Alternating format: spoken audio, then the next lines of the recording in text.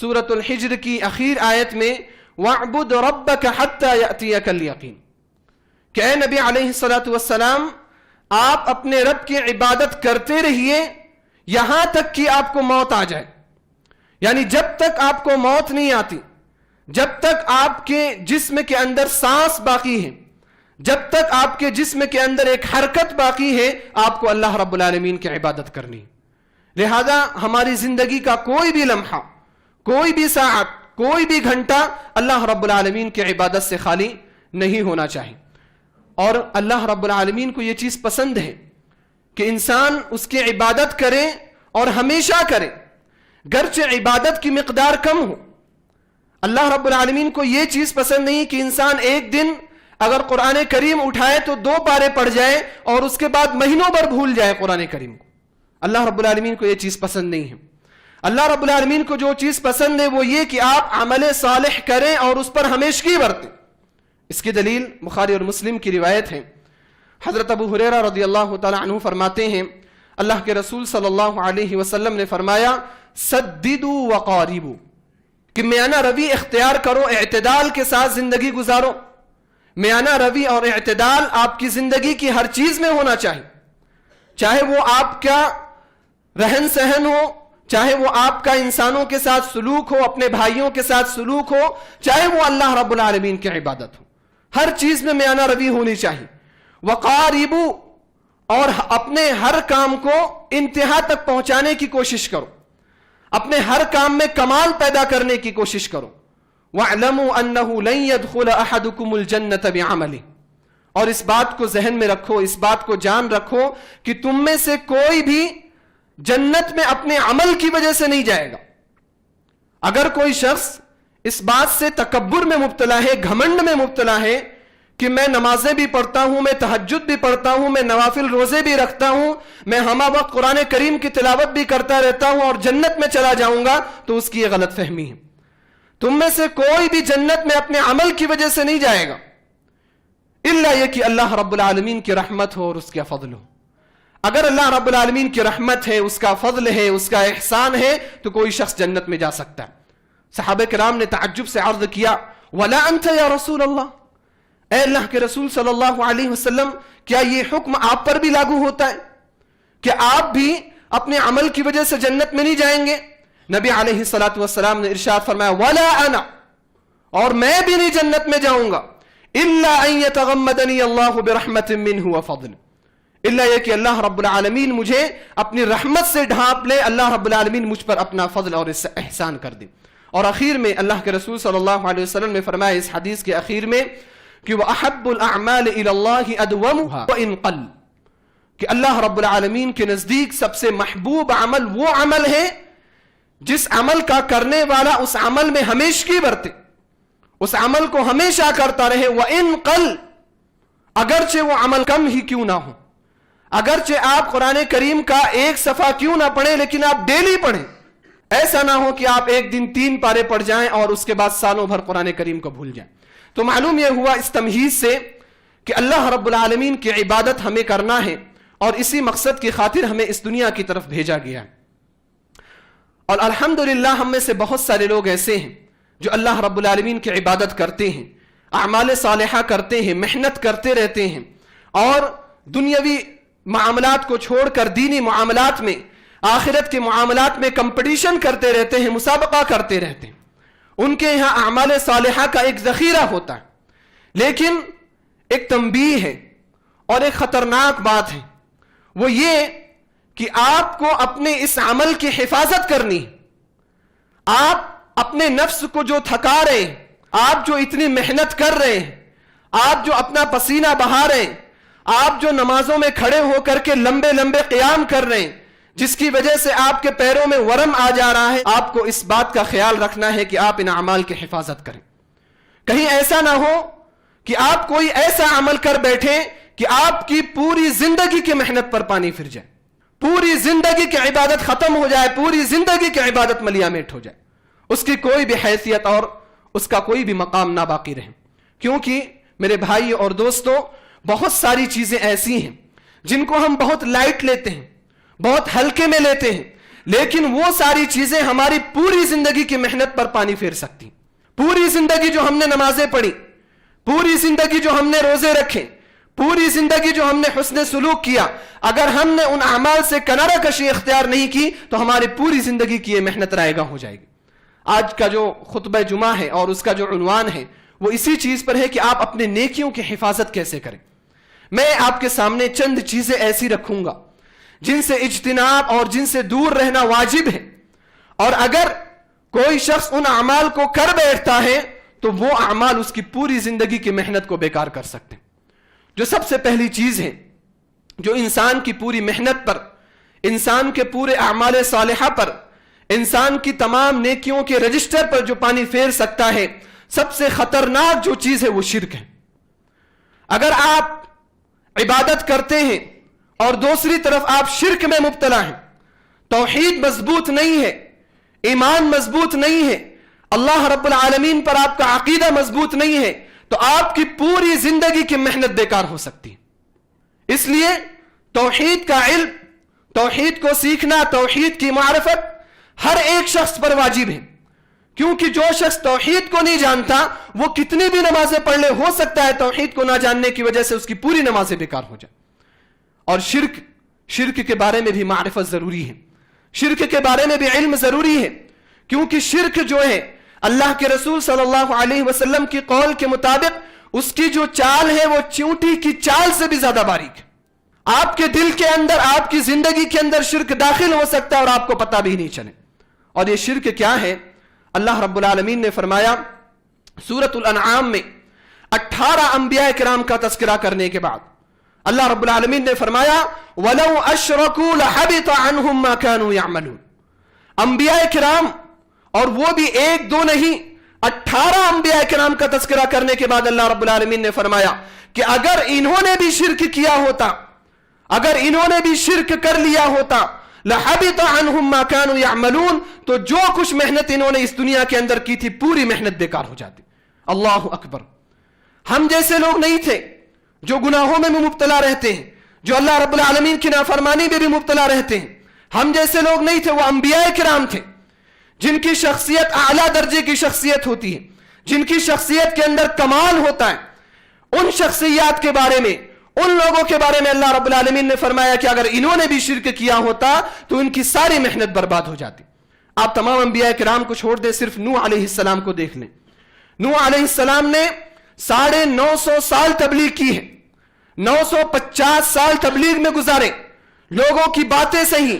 آپ نے گھر گھر جا کر کے، ایک ایک شخص کے پاس جا کر کے آپ نے اسلام کی دعوت کو، توحید کی دعوت کو پہنچایا. یہ محنت کیا کم ہے؟ ہم ایک دن دعوت کا کام کر لیتے ہیں تو سمجھتے ہیں کہ بیڑا پار ہو گیا. ایک دن دعوت کا کام کر لیتے ہیں تو سمجھتے ہیں کہ انبیاء کرام کا جو مقصد تھا اور انبیاء کرام کے جو وارث ہم ہوئے ہیں وہ وراثت مکمل ہو گئی. 950 سال تبلیغ کی. اگر نوح علیہ السلام کو مثال کے طور پر لیں تو اللہ رب العالمین نے فرمایا کہ اگر نوح علیہ السلام نے بھی شرک کیا ہوتا تو اللہ رب العالمین 950 سال کی اس محنت کو برباد کر دیتا. تو شرک آپ کی محنت کو، آپ کی عبادت کو چند لمحے میں برباد کر دینے والا. یہی نہیں بلکہ ہمارے نبی علیہ الصلوۃ والسلام کے بارے میں بھی ارشاد ہوا. سورۃ الزمر کے اندر اللہ رب العالمین نے فرمایا وَلَقَدْ أُوحِيَ إِلَيْكَ وَإِلَى الَّذِينَ مِنْ قَبْلِكَ لَإِنْ أَشْرَكْتَ لَيَحْبَطَنَّ عَمَلُكَ وَلَتَكُونَنَّ مِنَ الْخَاسِرِينَ. کہ نبی علیہ الصلوۃ والسلام آپ کی طرف بھی وحی کی گئی اور آپ سے پہلے انبیاء کرام کی طرف بھی وحی کی گئی. لَإِنْ أَشْرَكْتَ، اس بات کی وحی کی گئی کہ اگر آپ نے شرک کیا، اگر آپ سے شرک کا کوئی چیز صادر ہوا، لَيَحْبَطَنَّ عَمَلُ، آپ کا پورا عمل برباد ہو جائے گا، وَلَتَكُونَنَّ مِنَ الْخَاسِرِينَ، اور آپ خسارہ اٹھانے والوں میں سے ہو جائیں گے، نقصان اٹھانے والوں میں سے ہو جائیں گے. سبحان اللہ، اللہ اکبر. ہمارے نبی علیہ الصلوۃ والسلام کے بارے میں ارشاد ہوا. تو یہ جو شرک ہے، یہ شرک ہماری زندگی کی محنت کو برباد کر دینے کے لیے کافی ہے. اور شرک صرف یہی نہیں ہے کہ اللہ رب العالمین کو چھوڑ کر دوسروں سے دعا کی جائے، دوسروں کی عبادت کی جائے. شرک کی ایک قسم ریاکاری بھی ہے، شرک کی ایک قسم ریاکاری بھی ہے. اور اللہ کے رسول صلی اللہ علیہ وسلم نے فرمایا مجھے جس چیز کا تم پر زیادہ خوف ہے وہ شرک کا خوف ہے، وہ شرک اصغر کا خوف ہے. صحابہ کرام نے عرض کیا اے اللہ کے رسول صلی اللہ علیہ وسلم شرک اصغر کیا ہے؟ آپ علیہ الصلوۃ والسلام نے فرمایا الریا، ریاکاری یہ شرک اصغر ہے۔ تو یہ شرک اصغر یہ بھی شرک کی ایک قسم ہے اور یہ بھی آپ کے اعمال کو برباد کر سکتی۔ اور کیوں نہ برباد کرے؟ جو شخص لوگوں کو دکھانے کے لیے آتا ہے، لوگوں کی واہ واہی بٹورنے کے لیے نمازوں کو آتا ہے، اس لیے نمازوں کے اندر آتا ہے تاکہ معاشرے میں اس کو مصلی سمجھا جائے، اس کو شریعت کا پابند سمجھا جائے، اللہ رب العالمین کو اس کے عمل کی ضرورت نہیں ہے، اللہ رب العالمین اس کے عمل کو قبول نہیں کرتا، اس کا پورا عمل برباد ہو جاتا ہے۔ تو شرک اس سے بچنا انتہائی ضروری ہے اور اس سے کنارہ کشی انتہائی ضروری ہے۔ اگر ہم نے اپنی توحید کو مکمل نہیں کیا، اپنے ایمان کو مکمل نہیں کیا اور جانے انجانے میں شرک کی کڑی کو ہم نے اپنی زندگی میں لا کر کے داخل کر دیا تو ہماری پوری زندگی کی محنت یہ برباد ہو جانے والی۔ تو سب سے خطرناک چیز یہ شرک ہے جو ہمارے اعمال کو برباد کر سکتی ہے۔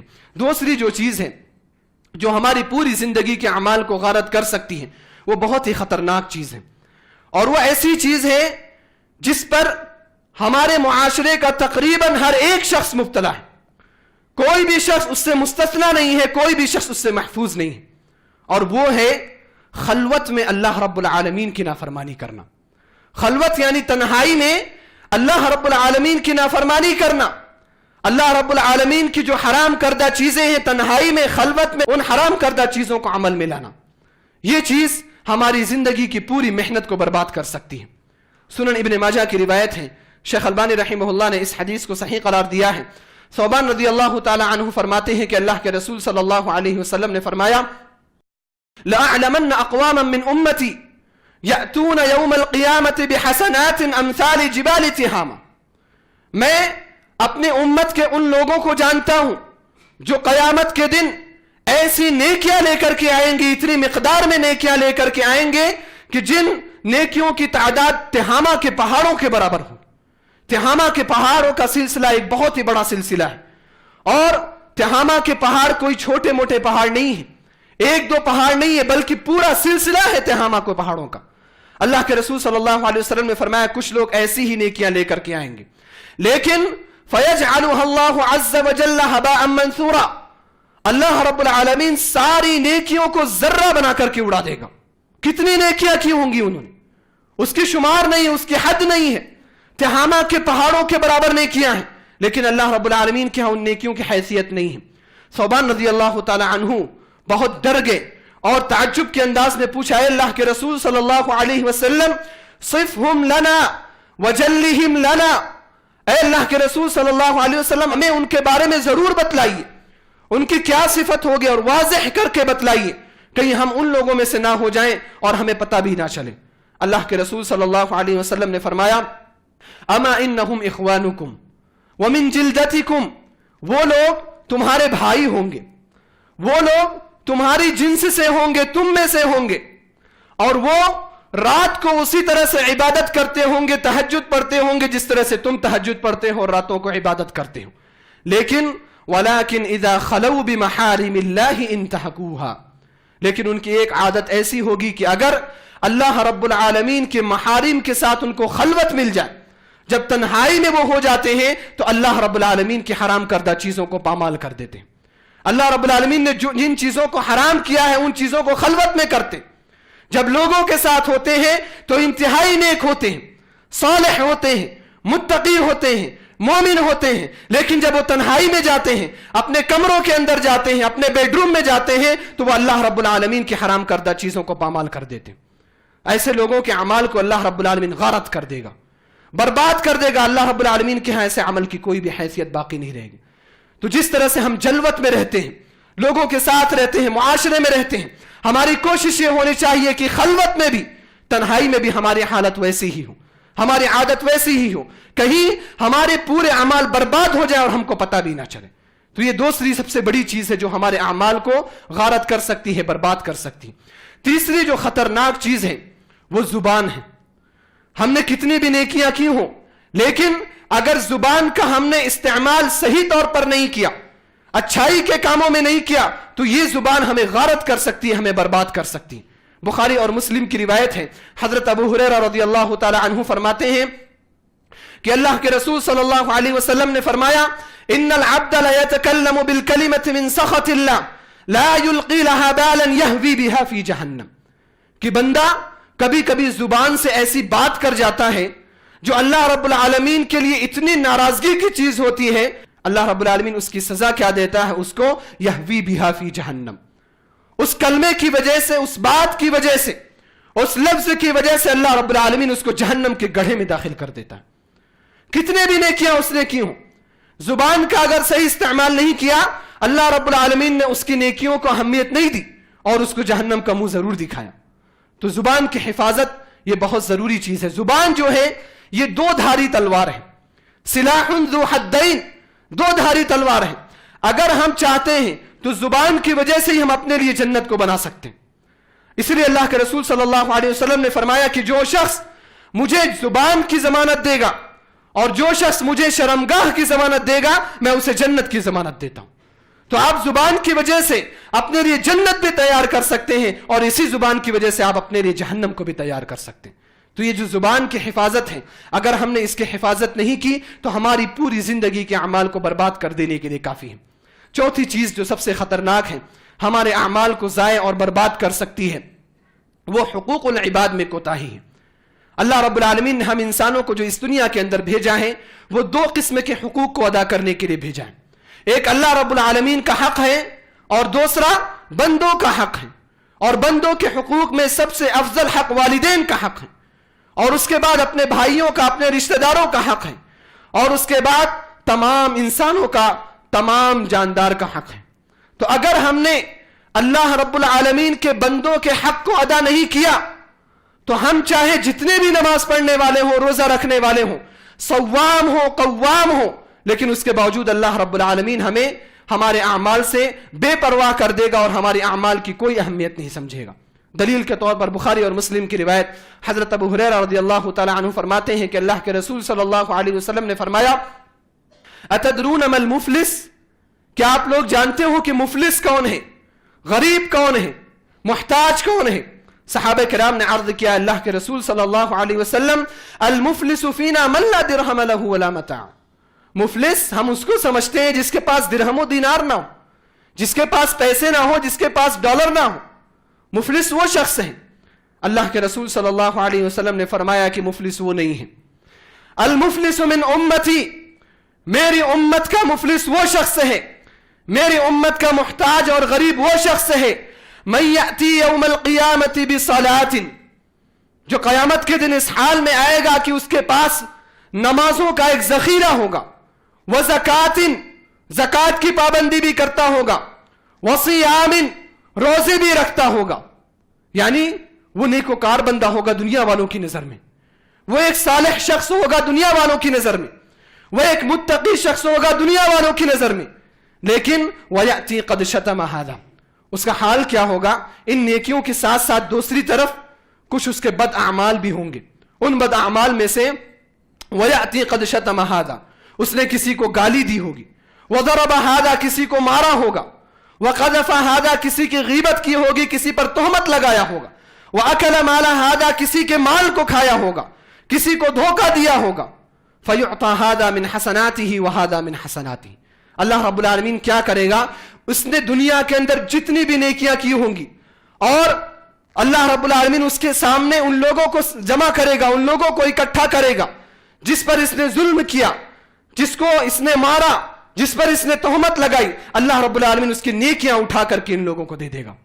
فَيُعْطَى هَذَا مِنْ حَسَنَاتِهِ وَهَذَا مِنْ حَسَنَاتِهِ، جس کو مارا ہوگا اس کو نیکیاں دے دی گئی ہوں گی، جس کو گالی دیا ہوگا اس کو نیکیاں دے دی جائیں گی، جس کے مال کو کھایا ہوگا اس کو نیکیاں دے دی جائیں گی، جس پر تہمت لگایا ہوگا اس کو نیکیاں دے دی جائیں گی۔